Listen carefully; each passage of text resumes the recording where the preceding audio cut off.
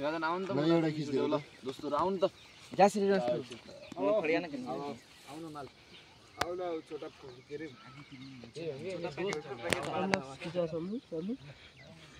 time left हो बस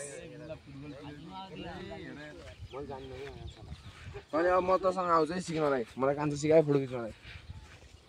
लेडे दोस्त लेडे दोस्त लेडे दोस्त साग तेरो ओ आइफोन दोकान रोका म आएको फोटो हेर टाइम लेफ्ट गर्नु गरौँ